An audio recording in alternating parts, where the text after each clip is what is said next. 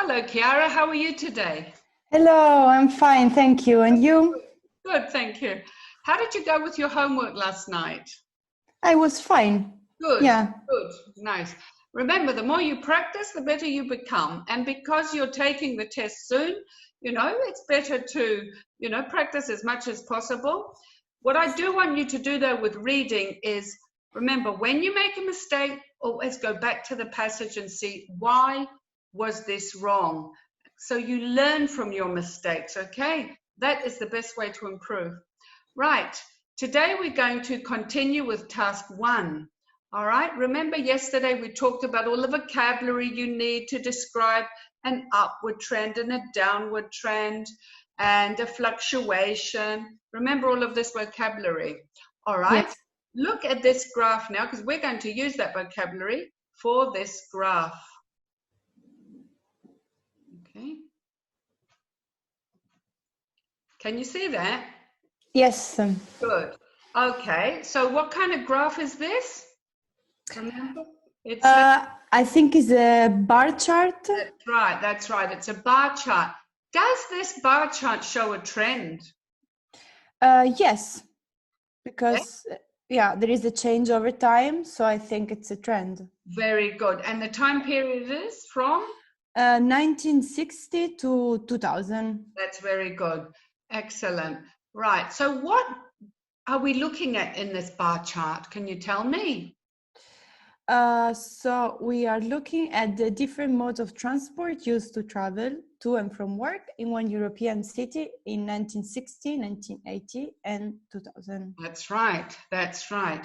Now remember, we begin with, how do we begin? An introduction. That's right, an introduction. And what do we need for our introduction? We must?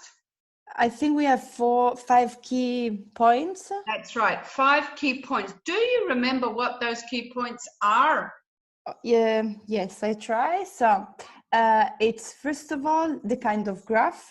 Yes. And then the vertical axis, the title and the question. Good. The horizontal axis and the key. That's right. That's exactly right. Good. Okay. Now, using these 5 pieces of information, can you put them together, please, for an introduction? Okay, so I try. So the bar chart illustrates the percentage of commuters, of people going to work, who use 4 different modes of transport to travel to work. That's right. And maybe I repeated a bit. Right. Did you use the time? No. Remember, we must also use the key. The key yes, here is the time. It's so, true.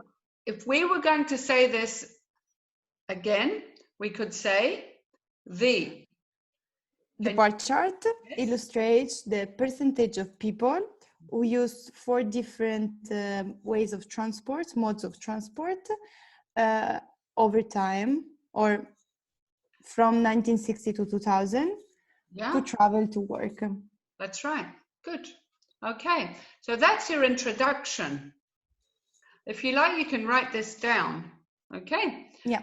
So this is the first paragraph. We're finished. Okay? Yeah. Now we go on to what? The elephant sentence. Exactly. And what is the elephant sentence? The elephant sentence is the sentence that explains the core concept of the graph. That's right. So what do you think would be a good elephant in this bar chart? So I observe that the most important change is in the use of car and in the use of bus. That's right. And why do you say that? Because really the percentage really increased over time with of the use of car, while the use of bus really decreased. Very good. Dramatically. Right. So one thing I want you to do when you have a graph with a trend, which is not a line graph, for example, something like this, could be a pie chart, but which shows a trend, it's a good idea to draw a little line graph for each different trend. So how many different trends can you see here? There are two very clear trends, the one of cars and bus. Mm-hmm. And then there is more stable ones for train and tube. That's right. All right, so let's draw a little line graph to show each trend. Yes. Okay. So for car, it's like this, like that's really right, like that. Deep. Yes. Right. And which other one do you think is really important? The bus, that it's like How does really. the bus go? So the greasing is the opposite of cars. Yes. That's right. So those are the two main changes, aren't they? In commuting over this 40-year period. So that would be our elephant sentence, wouldn't it? Yes. Okay. So, how do we introduce our elephant sentence? Remember, we talked about the useful language on page 18 in your book. Yes. If you can go to page 18 and have a quick look to see how we introduce the elephant sentence. Or maybe you remember. I think we say the first thing to note. Good, that's right. So the first thing to note is that the use of car really increased dramatically over time, while the use of bus decreased. Very nice. That is exactly the elephant sentence, but I'm going to show you how to summarize that a bit more. First of all, we're going to say car commuting. Okay. Car commuting increased dramatically. All right. And I'm going to make this a complex sentence using while in the middle to show the two opposite trends. So I'm going to say car commuting increased dramatically, while bus commuting, what did that do? Decreased. Decreased how?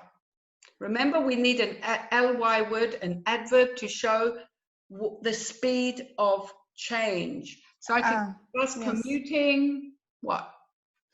Yeah, I would say like a synonymous of dramatically. Sharply. Sharply decreased. Yeah, okay. Remember, we put the verb and then the adverb. Decreased sharply. Decreased sharply. But I'm going to show you another way of describing this sharp downward trend. Look at this. While bus commuting followed a sharp downward trend. Yes. All right. So there's two different ways of describing trends, and it's a good idea to show the examiner that you know lots of ways for describing trends. But we're not finished. Remember in the introduction or in the question up here, it says in one European city from 1960 to 2000. So we have to put that in the introduction, right? So followed a sharp downward trend. I'm going to say now in the Europe. Why do I say in the European city? Because it's this specific European city. I know what city I'm talking about now because I mentioned it before. So in the European city, I don't want to say from 1960 to 2000. How can I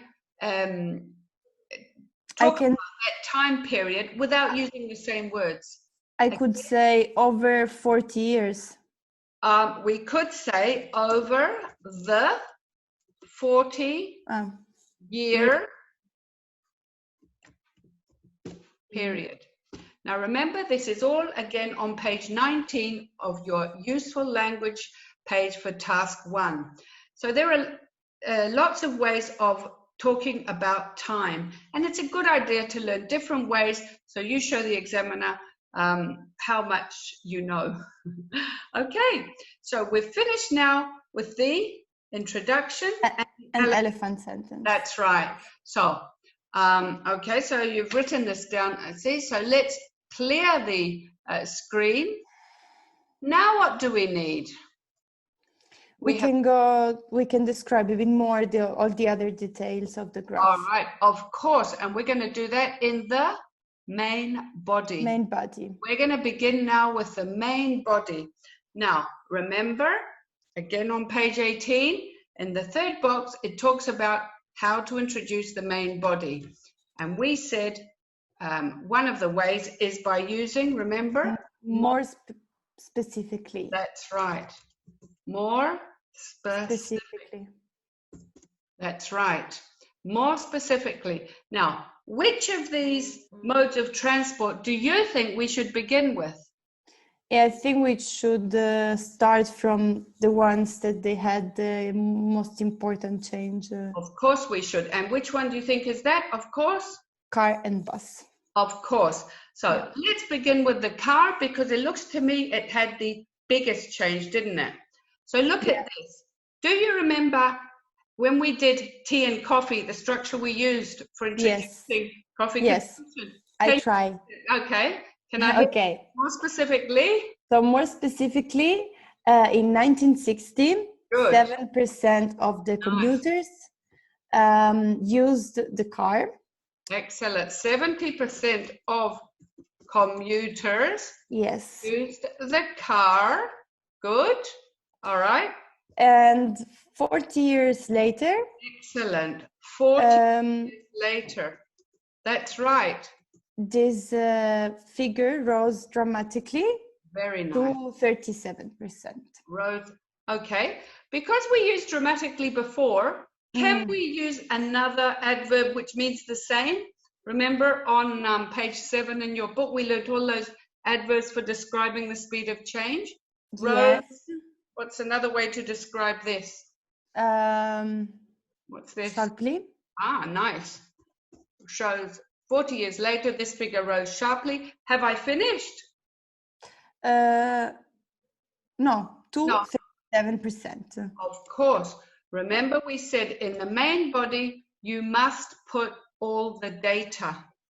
All right? So, more specifically, in 1960, 7% of commuters used the car. 40 years later, this figure rose sharply to 37%.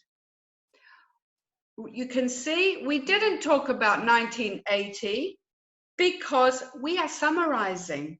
So I'm not interested in what happened in the beginning of the period because the trend was continually upward. Yeah. So I want you to continue this on your own, all right? And you can send it to me by email and I'll correct it and send it back to you, okay? So I want you to check the structure for tea and coffee and use that to continue this graph. All right. Perfect. Okay. Thank you very much. Okay. See you, Chiara. We'll talk tomorrow, same time. Bye.